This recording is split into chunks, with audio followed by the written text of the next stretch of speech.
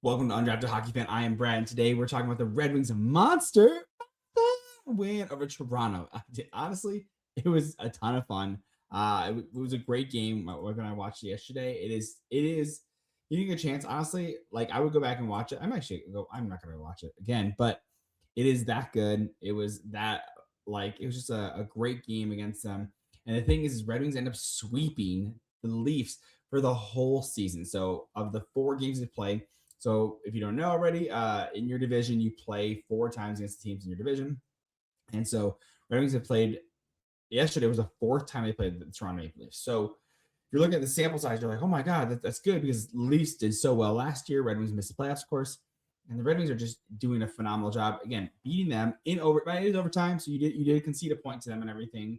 But of the 10 points or the 8 points you could have got, you got all 8 points of them. So it just shows that like the Red Wings are I'm not gonna say the real deal, but they are looking really good. Now mind you, they have a back tonight against Minnesota, and so we're gonna see how that goes at 9:30. So I'm recording this before that game, so we'll see. Back to back, so the story a little bit different story.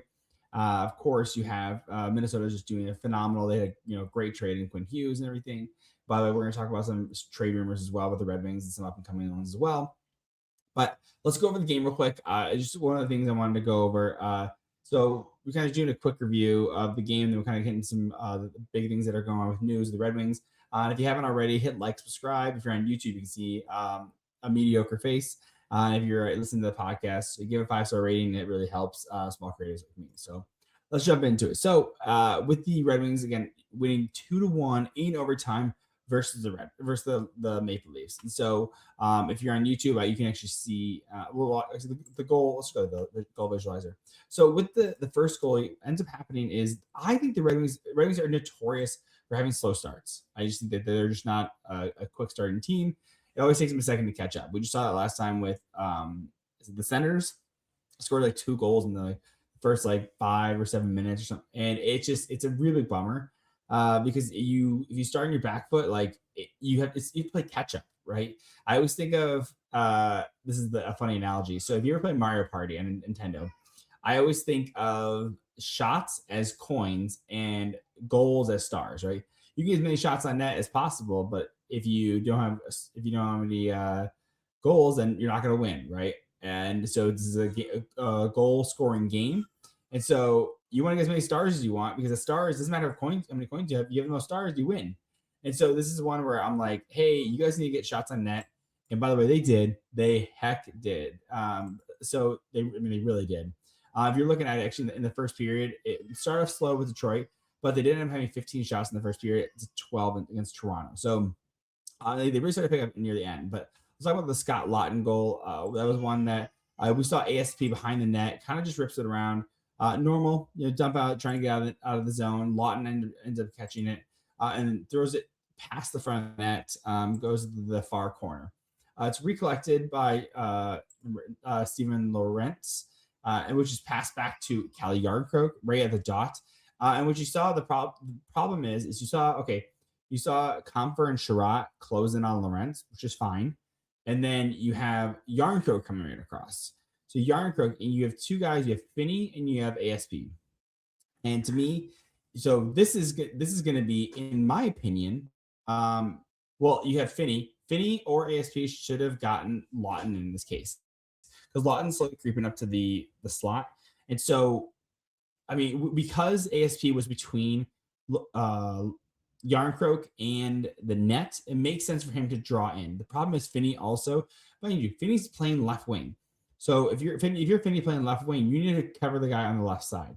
So what ends up happening is Yarncroak gets it, tips it, really a quick pass over to Lawton. Lawton is across, Gibson has to go across to catch this thing.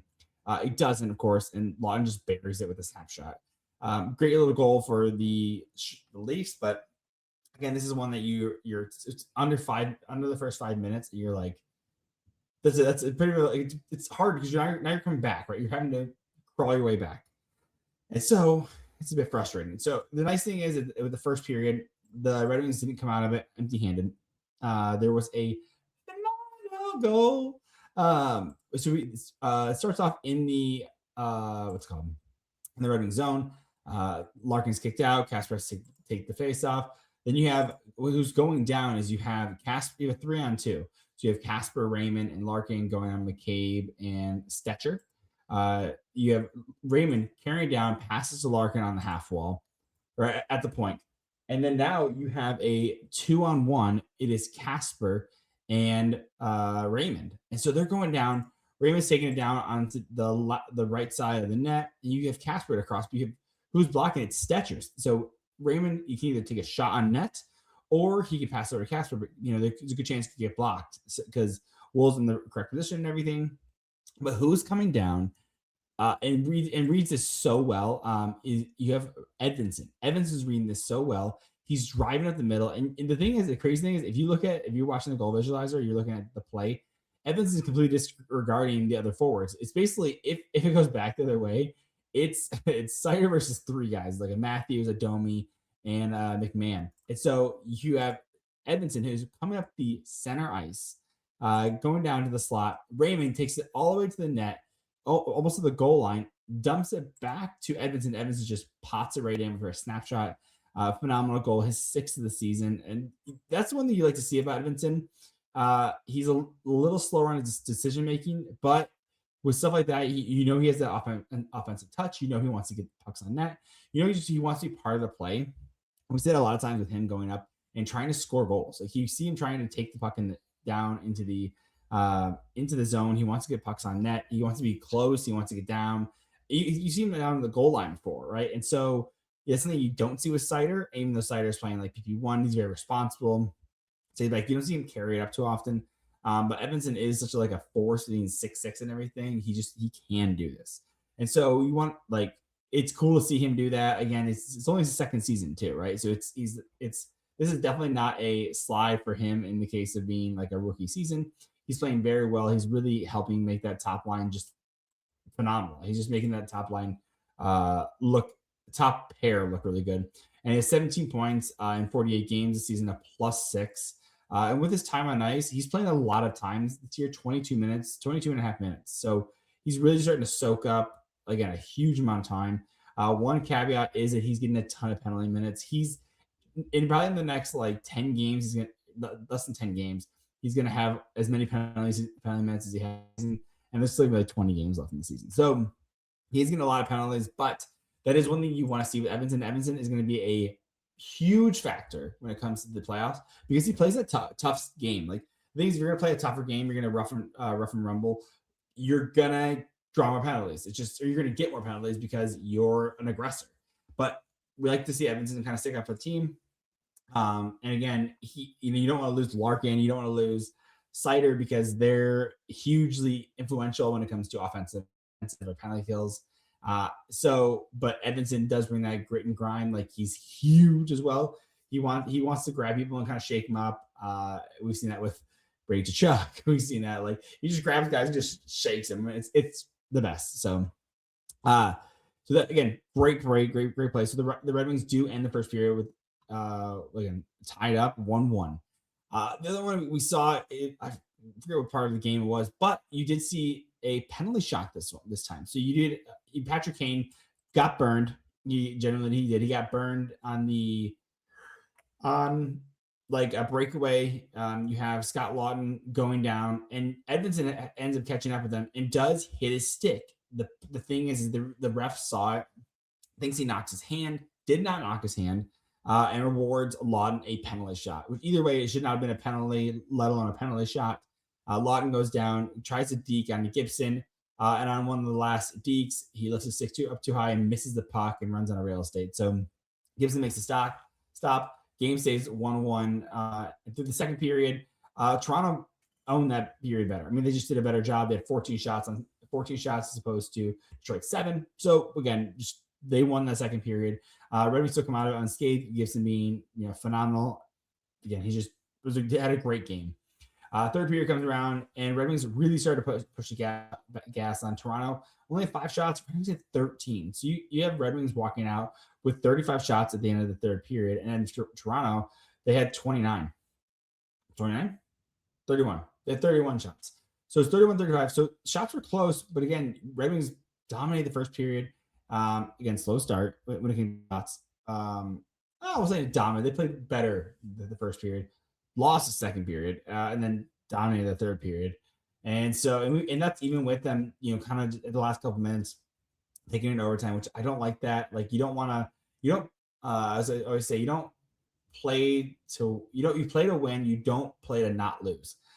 And so Red Wings are like, take it to overtime, which you don't really want to give a point to an Atlantic team, but here we go. And then in overtime, again, Red Wings just pour on the gas. They had 6 shots to Toronto's 0. Toronto didn't get a shot off. And I think the reason is when you're listening to you're watching the game, they did play Matthews a lot, they played Tavares a lot. They kind of rotated the same guys. And so you have these guys, they're not getting fresh bodies out there. Whereas Red Wings were running a ton of different guys. And so you see a great play. This is one of the best plays.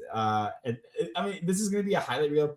We already know that Seider is already he's not a Norris contender, but he's making a case. He's making a case for being a Norris contender in this case. He's not a Quinn Hughes, a Makar, or a Werenski, right? In the sense of points. But Seider is having a phenomenal season. He does have 27 assists this season. And so you're looking at a guy, let's see, we can probably even pull it up. I'm curious on that because he's playing very well. And we said 27 assists this season. Pull up his stats real quick, just because he defensively, Seider is highly regarded. He's 34 points, 51 games. Again, playing against Toronto, 27 minutes. He's averaging this season over 25 minutes a night. Like, that is high caliber, phenomenal defensive plays. Like, he's just doing a great job. Again, 7 goals, 27 assists for 34 points, 51 games. So you're looking at a guy who's just everything. He penalty kills, he power plays. And so he's on penalty kill 1, he's on power play 1. So he puts up a ton of minutes, and he's, again, and as well as points. So he's just, you love to see it. And so we're in 3-on-3 overtime. 3 minutes, there's 2 minutes left. Almost 2 minutes left in the period. And so down in the Red Wings zone, you have Easton Cowan. Easton Cowan comes out of the faceoff dot. He's taking it out of the Red Wings zone. So you have Larkin, Seider, and Raymond on this. And so you have Easton Cowan takes it all the way back. And you have Seider putting pressure on him and right at the neutral zone. So you have guys like Tavares and whoever number 22 is in the Red Wings zone. But again, Seider's on Easton Cowan. And Easton Cowan is a rookie. He is a good rookie, but he's going to make rookie mistakes. And this is exactly what you see. Seider, a big body, 6'3" man of a player against Easton Cowan, who just doesn't have the size yet. Again, he's a rookie, young kid. And Seider, by the way, is 53 on number 53 on number 53, which I always like to see that, right? Like a 71 against 71 or 88 against 88. Now it's a Nylander versus Kane. And you give Toronto a little credit. Nylander is not playing this game. Like, Ekman Larson was out after the first period, so they're playing 5D. And so you have Seider, who's just all over Easton Cowan. And he's just mopping him, doing it, wrestling him, pushing him around, just big bodying him. And Seider strips him over the puck, and Easton Cowan is down on the ice. And who comes darting up, trying to race against John Tavares, who John Tavares is not a fast player, is Dylan Larkin, one of the fastest players, top 10 for sure. He's won fastest competition in the All-Star. And you have Dylan Larkin coming up straight up, crosses over, and so it is Seider and Larkin going to the net. And Seider just pops it over to Larkin, and he pops it for a wrister and just ends the game. Phenomenal. And that wasn't even the best part. That was a good part. That was not the best part of that play. There's 2 parts of that play, right? First, it was the taking out of Easton Cowan, which, again, Seider did a great job. And now I'm remembering who number 22 is, by the way, because we're about to talk about it in a second. So again, Seider passes over to Larkin, pops the wrister, and Seider's just going to the front of the net, going to go hug, like going to Larkin to go, like, because he's turned off to the right of the goal. So Seider's going to him to go, like, hug and congratulate him on the goal and everything. And who runs into Seider is Jake McCabe. And no joke, you got to watch a replay. It is, like, type in Seider McCabe, like, hit and Twitter or wherever you need to see it. no joke. McCabe runs into Seider, trying to probably big dog. I'm like, oh, like, yeah, I lost the game, to try and give him like a little hit. And Seider, he literally bounces off of Seider and falls to the ice. And Seider's like, oh, okay, like whatever. It was no joke. It was just like McCabe hit a brick wall, fell right down. Honestly, hilarious. Go watch the replay. Absolutely worth it. So again, you see, this is a huge game. It worked out really well. Again, you sweep the Leafs. Dylan Larkin, of course, first star of the game. Gibson, second star of the game, and Joseph Woll, third star of the game. He did play really well. He had a good game. It's not his fault, I would say. He took on 41 shots, right? 41 shots on goal, 2 of them go in. He's still a .951 save percentage. I mean, if your goalie is only letting in 2 goals a game, that is a very good goalie. Now, speaking of that, we actually are continuing on with John Gibson. He's won 7 in a row now. He's so 7-0 in those last 7 games. And since December 1st, he's 16-2-0. Just one of the hottest goalies since December 1st. He is the hottest goalie since December 1st. I'll be honest. In that time span, he's got a .929 save percentage. By the way, that is let's make it math. So it's a 92.9%. That's almost an A, right? If you think in percentages, right? The average is an 89.5 save percentage. So a B plus. So this guy is rocking almost an A, and everyone else is rocking a B plus in the league. This guy is killing it by almost or over 0.3%, which is a crazy, almost 3% better than the rest of the league. Just to show you how good he's been doing. He's been 3% better than the average goal in the league, and that 3% is huge. If you're below 3% of average, you are in the AHL. You are demoted. We saw that with Maryland and Senators. He go back down to the AHL. He just wasn't playing well, and that's okay. He's a rookie. He's a young goalie and everything. But Gibson comes in, is being the stalwart that we said we wanted in him. Had a god awful start of the year. But it's really bounced back. Also with a 2.05 goals against average in this time since December 1st as well. So again, he's letting just slightly over 2 goals a game. And if you're only letting in 2 goals a game, it's a phenomenal goalie, and it gives your team a chance to win, because the expectation is the goalie is only putting that many in, or only letting that many in. You can absolutely win that game. And this, by the way, brings up his save percentage, which was one of the worst in the league. At the start of the season, he's back up to a 904 save percentage on average, 9.04 save percentage average in the league. So he's above average, even with his awful start this year. So phenomenal. Love to see that from John Gibson, just playing again so well, absolutely killing it. And going over where they sit in the East now, if we're looking where the Red Wings are at, they're tied for first in the Atlantic Division, mind you. Tampa Bay is ahead of them because they have 3 games in hand, so they have 3 more games to play, so more opportunity. But they're tied for first in the Atlantic, again, where they've been sitting for a while, and they are tied. They're tied for first in the conference with the Toronto or the Carolina Hurricanes and the Tampa Bay Lightning, both again having games in hand on them. But again, they're putting up the wins. They're 7-2-1 in their last 10. So again, doing very well, and they have a plus goal differential, huge. You need that to be able to get into the playoffs. But mind you, if you're looking at the division, if you're looking at how well the division has done and the teams around them, like Tampa Bay is 9-0-1 in the last 10. Like Montreal Canadiens are 6-3-1 in the last 10. Like Buffalo Sabres are 6-3-1 in the last 10. So Boston Bruins are 8-2-0. So there's teams that are still hanging in there. I mean, mind you, again, just to give you a comparison, if the Red Wings had lost all 4, they won all 4 games against the Leafs, right? If they had lost all 4 games against the Leafs, right, they'd be at 58 points they'd be tied for a second wildcard spot. So just barely hold on to a playoff spot.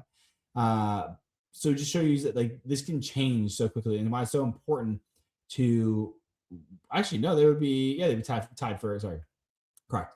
They'd be tied for a wild card spot. But because Boston played less games, they'd actually be out of the playoffs right now. It's so because Toronto would be moving up. So it just shows you how important it is to win these Atlantic games, because you need to get ahead. Like these are points that you're fighting for the same points, right? It's different than losing the Wild. The points are going to the Western Conference. You still don't gain the points. You don't get an advantage, right? But like it's fully step back. It's a full step back if you're losing this against teams in the Atlantic or in the Eastern Conference, because you need to win these ones because you're fighting the same playoff spots. So we're gonna take a quick break and we're gonna focus on prospect Max Plant, some trade rumors as well with the Red Wings, trades that already happened, and kind of showing a comparison of what you can look for moving forward with the season. We had a goalie fight, a Josh Stone zone, and talking a little bit of Olympics. So stay tuned after this. We're going to hear it from DraftKings. So I'll talk to you right on the other side of the break. The jaw-dropping moments that make hockey hockey. Experience them all with DraftKings Sportsbook, an official sports betting partner of the NHL. Missouri listeners, listen up. DraftKings Sportsbook is now live in the Show Me State. New customers, this one's for you. Bet just $5, and if your bet wins, you'll get $200 in bonus bets instantly.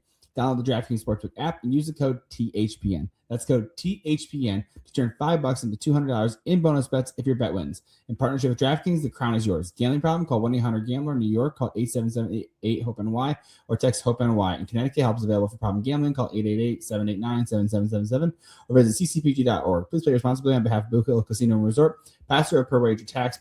Illinois, 21 plus. Age and eligibility varies by jurisdiction. Void in Ontario. Restrictions apply. Bet must win to receive bonus bets, which expire in 7 days. Minimum odds required. For additional terms and responsible game resources, see dkng.co/audio limited time offer. Okay, we are now jumping into this. We were talking about some prospect. One of the best prospects in the NCAA for the Red Wings. A second round pick for the Red Wings.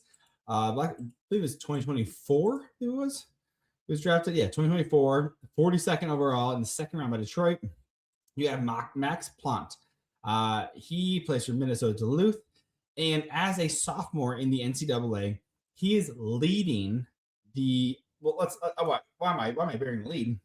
He's a Hobey Baker, not finalist. He's up for the Hobey Baker to win, which means he's the best player in the NCAA. So he's up for that. He is currently leading the whole NCAA with 38 points in 24 games. So he's put up 20 goals in 24 games.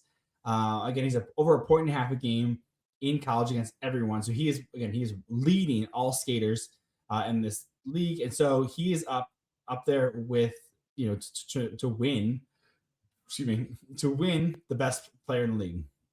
The one he's also up with is his brother Zam Plant as well, who plays in the same team as him. And so you're just seeing, again, he has points. Guys are all there's 50 players up for the 50 players for the Hobey Baker.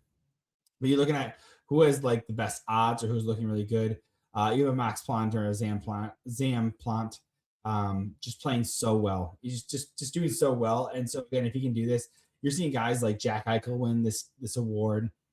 Johnny Gaudreau, like these are guys. This is a big deal for this to win this trophy and everything. And so if he's doing phenomenal. If he wins this, it's one of those things where you're like, okay, hey, is this good for do you want him long term? Like, do you want him to play team long term? Do you want to trade him away? He is 5'11", but he's 180 pounds. Plays a pretty grit and grimy game. You like to see that. You want to see guys like him just like continue to like put up points. But again, does he have a spot? I think he'd be a great middle sixer, potentially crack the top six as well. So this is a guy that he's going to bring huge trade value, or to get you a real NHL player, or he's again going to be up with the big team. So we'll see. I don't think he breaks in. I don't think he goes NCAA straight to the NHL. Probably does a year in the AHL, or maybe he goes back to school if he wants to. But this is a guy that you're going to see. He's going to really start making some noise again. So I'm really excited to see how they utilize him. Again, I think he's worth keeping. I mean, again, the second round pick is not nothing. Again, and he's performing. I mean, how many second round picks are absolute misses? How many first round picks are misses too? But again, this guy's looking really, really good. So super excited for him to see anything with that. And also, by the way, just to give you another, again, skipping on Max Plant, again, good luck. Go again. You can go vote for him as well. Go check him out. You can go vote for him, whoever you want for the Hobey Baker.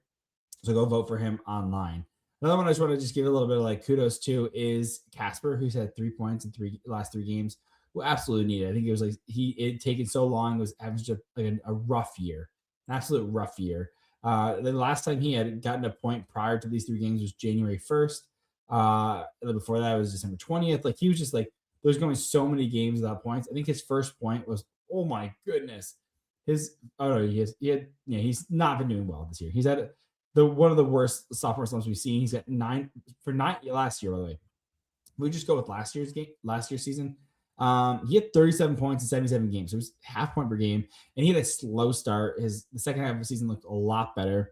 Currently only sitting at 9 points in 50 games. So he is feeling it. He's been playing. He's like been playing well though. He's been playing grit and grimy, getting down in the dirty areas. He's playing a good game. It's just not converting, and it is a real tough. By the way, supposedly he's in a lot of trade rumors. People are really coveting a player like Casper.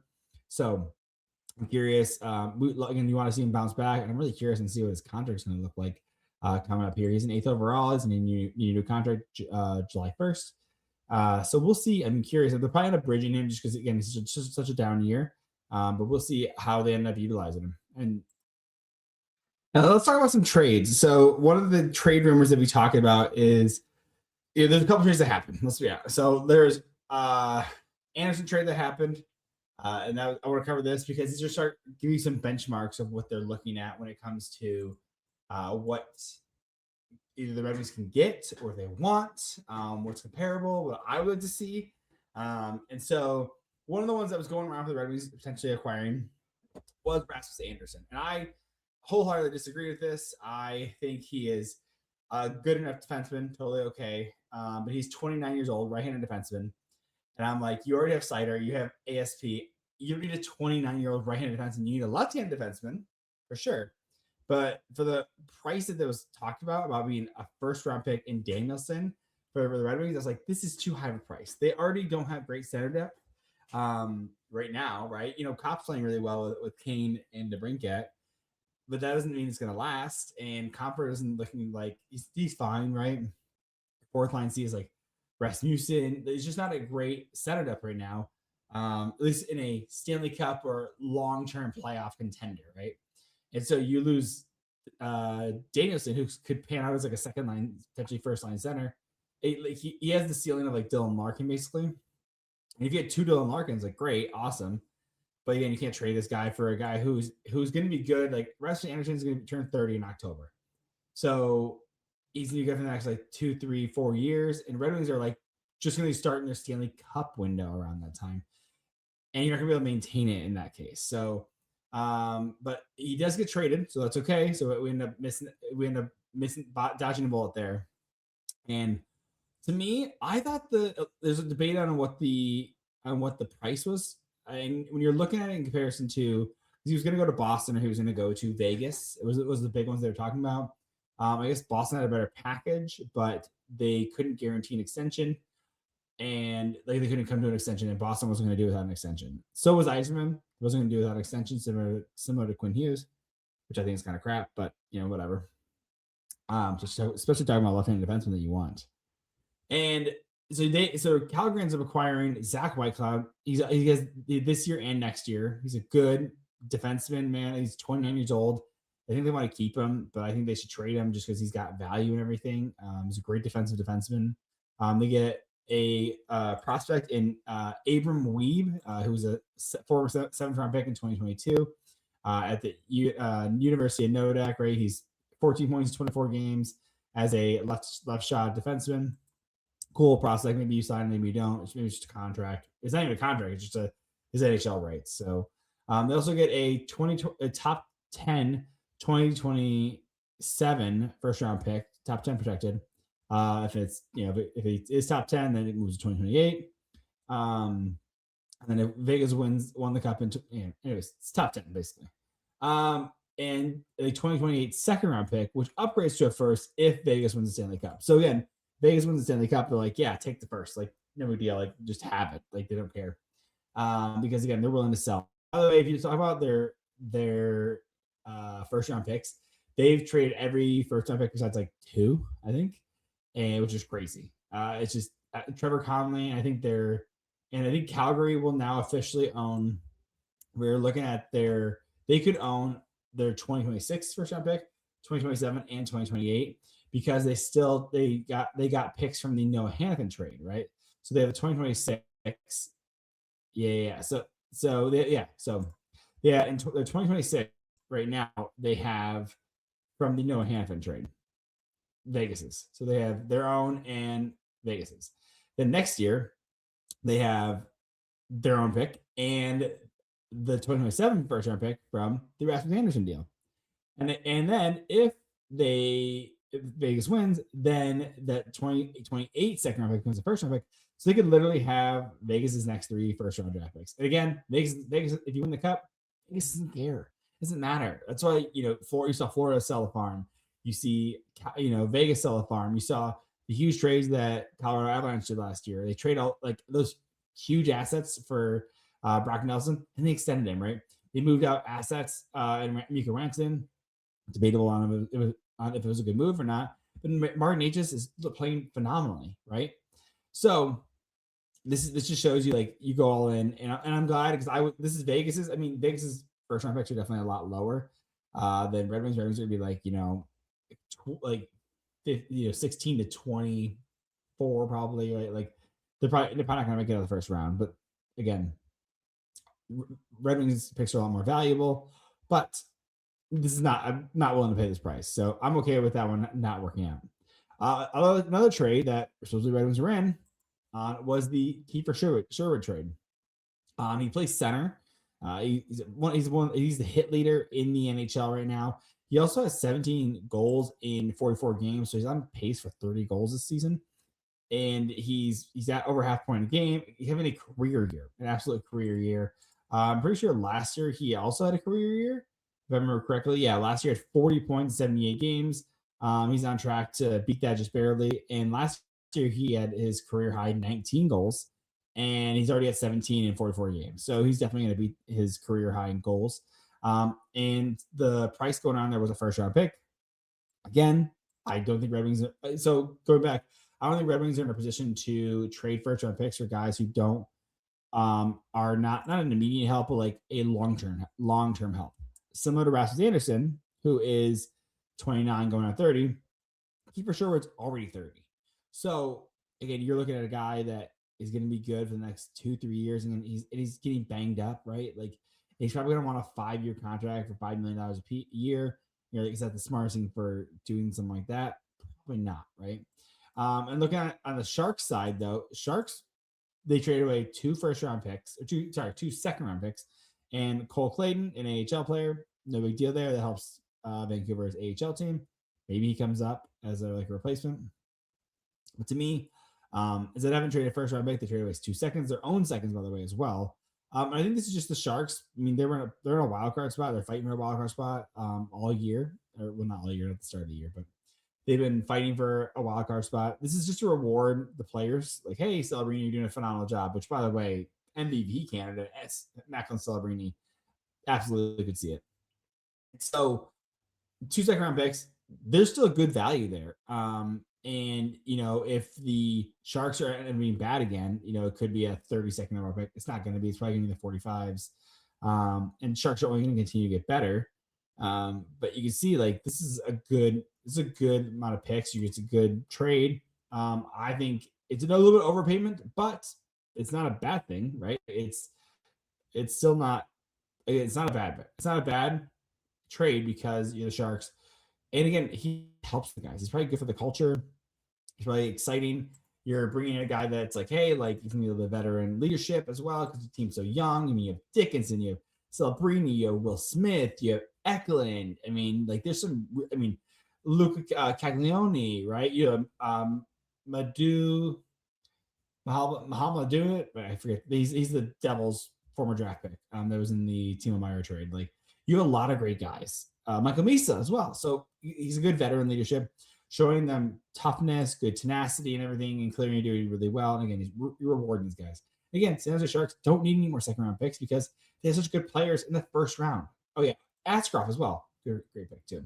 So great trade for them. Good for them. Again, a higher price than I think most people were willing to pay. And again, Vancouver made out on that one. So definitely going to the retail. They've already traded Quinn Hughes. They traded Sherwood.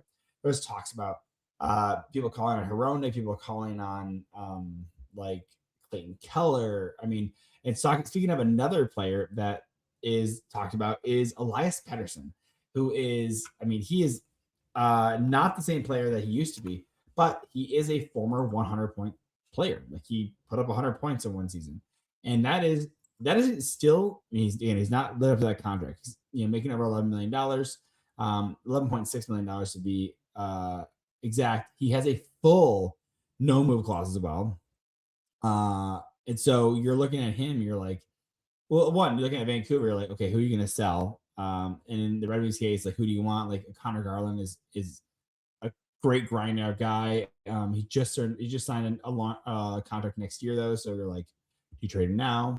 Like you have DeBrusk, no movement clause. Brock Besser, no movement clause. Like there's a lot of guys here. Like do you trade him? Like, dude, you have so many guys in no movement clause too. But again, this is a team that needs to go through a rebuild, not a full rebuild, like a full teardown, but a longer retool. And they are. And that's why you're selling off guys like Quinn Hughes. You're selling off guys like Kiefer Sherwood. You're not. Let me rephrase. You shouldn't have traded Quinn Hughes, but I understand why, because he's now not part of your window, right? They're like the official sellers of the season. And should be taking advantage of that because the prices are going to be high. Because if they're the only sellers, they have all the assets. So, looking at Pettersson, I really like Pettersson. Yeah, listen, this has been a while ago. 22-23 season, 102 points. Phenomenal. The following year, 89 points in 82 games, phenomenal. The year after that, after his first year of his big contract, only 45 points in 64 games, which is not good. Now currently 29 points in 42 games, not good either. So you got to look at it. If Red Wings were to take him on fully, I mean, I'm not trading futures. I might trade. I'll trade you a first, second, and third. I think that's about where I would go with the pieces. Maybe some B-level, take a first and like a B-level prospect, but I'm not trading much because one, he makes a ton of money, 11.6. And Red Wings are one of the few teams that can actually take on that contract.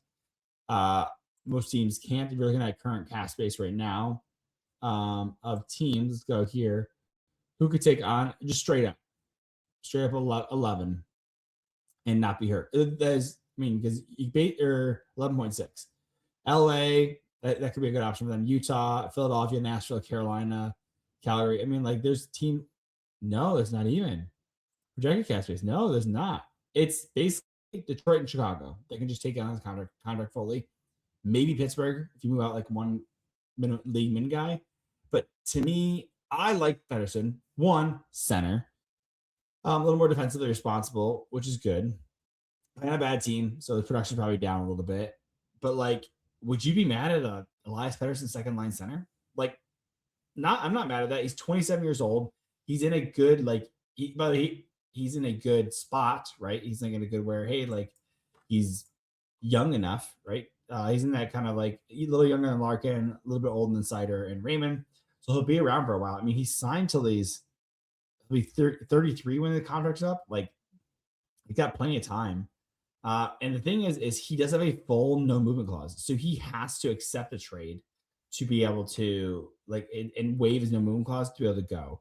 So if he's like, hey, I have these 6 teams, then Vancouver can have the price because he's going to be a wanted asset. We know that Carolina tried to trade for him a while back. I think Red Wings would be able to do that. I think they'll do the assets. Supposedly, the Carolina Hurricanes again are looking for a center as well. Looking to move Kotkaniemi.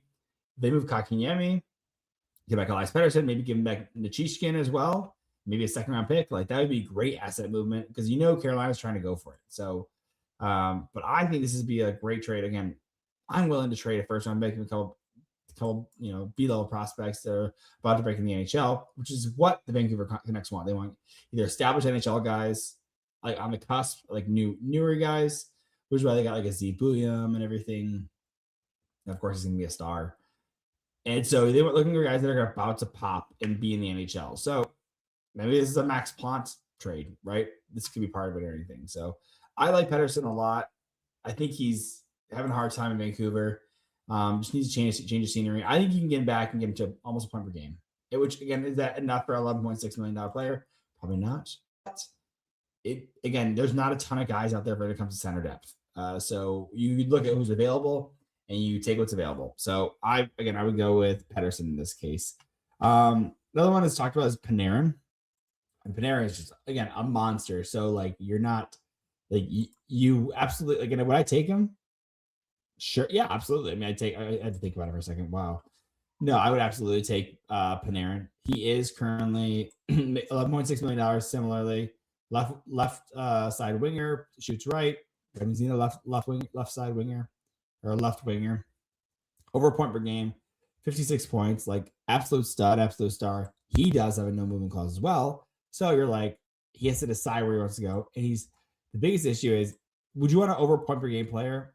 Absolutely. Do you want a 34-year-old point per game player who still wants to make a bag and make really good financial decisions, like making like a ton of money? I don't know if you want that. Like, it's not worth it. Like, you sign Panarin for the next 3 years. Like, is that worth it? I don't know. He's probably still gonna want $10 million. And you're like, is that the best use of your cap? Like, you got to sign Edmonton. You got to sign like Casper. Like, there's Costa needs a new contract. He's gonna be back up here next year. He'll be bridged, but just looking at some of these things, like, is it the smartest thing? Like, I'd rather maybe go for like a Zibanejad who's having a good season, 48 points, 50 games. Like, these are guys like a Zibanejad would be phenomenal. Again, talking about center depth, him, Pettersson. Again, these guys have no movement clauses, but like, these are you gotta start thinking about these things of what the Red Wings need. Like, I don't know what the assets would cost, but I would absolutely look into that. And finally, the big one that everyone is, of course, clamoring for is Jason Robertson. This one is like, to me, it's the equivalent of a Rantanen deal. And if you're looking at what Rantanen was traded for, you can even pull it up. It was Logan Stankoven. So they're sending a roster player back already, right? So you're sending a roster player back. You're also sending over 2 first-round picks and 2 third-round picks, I believe it was, if I remember correctly, looking at it. And it also you also have to move some assets out because you acquired Taylor Hall, or they acquired Taylor Hall. So yeah, it was Logan Stankoven, who the Canes signed to an 8-year contract, so good for them. And you got 2 first-round picks, 2 third-round picks. So I mean, not doing too bad at all. So that would be the Red Wings probably have to do some of that, 2 first-round picks. And by the way, you're not signing him. He's probably gonna make $12 million. Like, and you can afford it. The Red Wings are in the need of a star. Is Pettersson a star? I don't know. He's not the superstar. He could potentially be, but it's a high risk with $11.6 million. Is Jason Robertson a star? Absolutely. Looking at this guy and what he's doing this year, he is popping off again. They bridged him. I remember when they bridged him for 4 years at $7.75 million. I was like, that's stupid. He's going to pop off. Currently has 58 points in 50 games. So just absolutely killing it, making them regret signing him to a bridge deal. Mind you, again, similar to Pettersson in 22-23, 109 points. The year after that, 80 points. The year after that, 80 points. This guy's good for almost 30 goals a year. He's already at 29 in 50 games. He's on track for like 40 goals right this season. So you have to consider that, like, this is a guy that you can absolutely, like, he's an absolute star, like absolute star. So you give up the farm for this kind of guy. So whatever you got to do, whatever you got to do to get a guy like this, that'd be phenomenal. So let's finish up with some more NHL news. Moving on to the Red Wings. Just some quick hits. Josh Doan signs a 7-year deal. Again, this is a guy that was not a throw-in, but he was part of the trade package for who was it? JJ Peterka. That's who it was. JJ Peterka was traded from the Utah Mammoth to the Buffalo Stars to the Utah Mammoth. Signs like I think it's a 6-year deal for $7 million. Great, awesome. And with that trade, you end up sending. Where is the trade? I'll pull it up right now. Goodness gracious, this is what happens when I pull it up. So, real quick, Josh Doan signs 7 years at $6.95 million.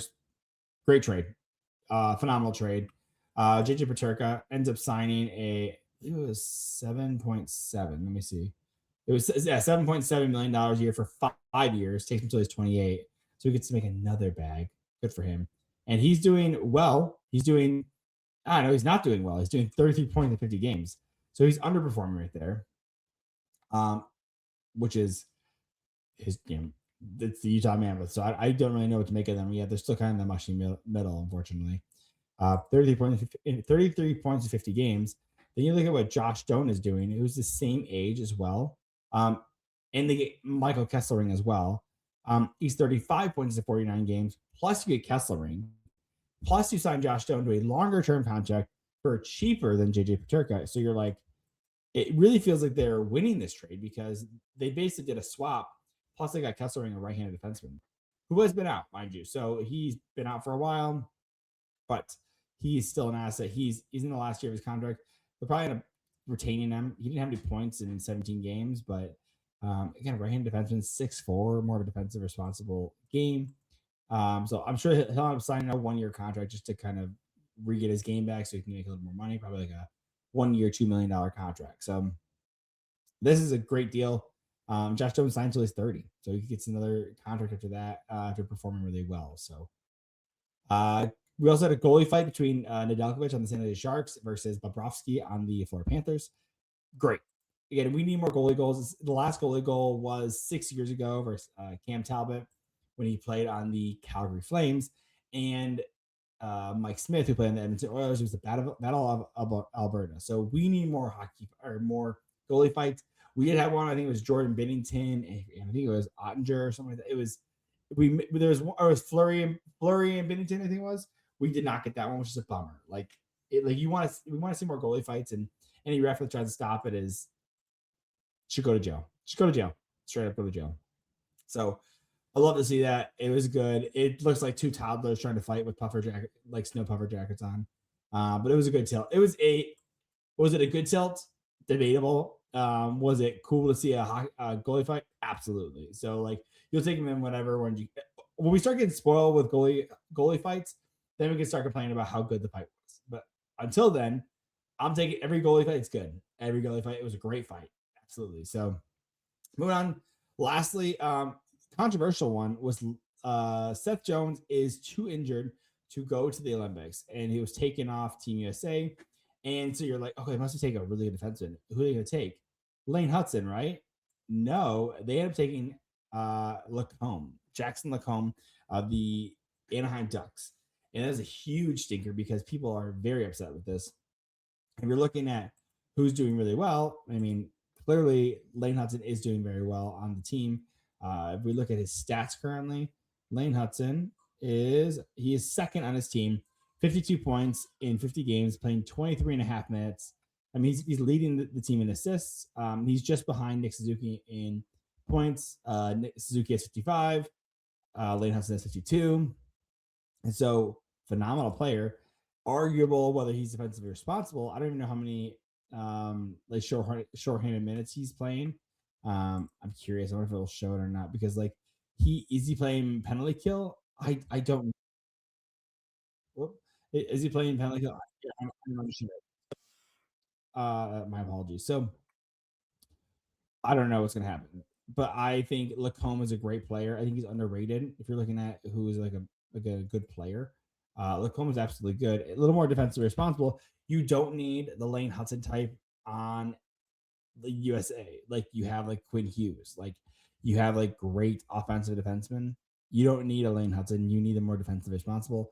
I think when you're looking at Jackson Lacombe, his size is just he's a bigger guy, a little more stay at home, and that's what Bill Gwavin, as Lane Hudson's dad would say, is looking for. He's looking for guys that with size can put up points as well. 31 points, 50 games, but the guy is 6'2".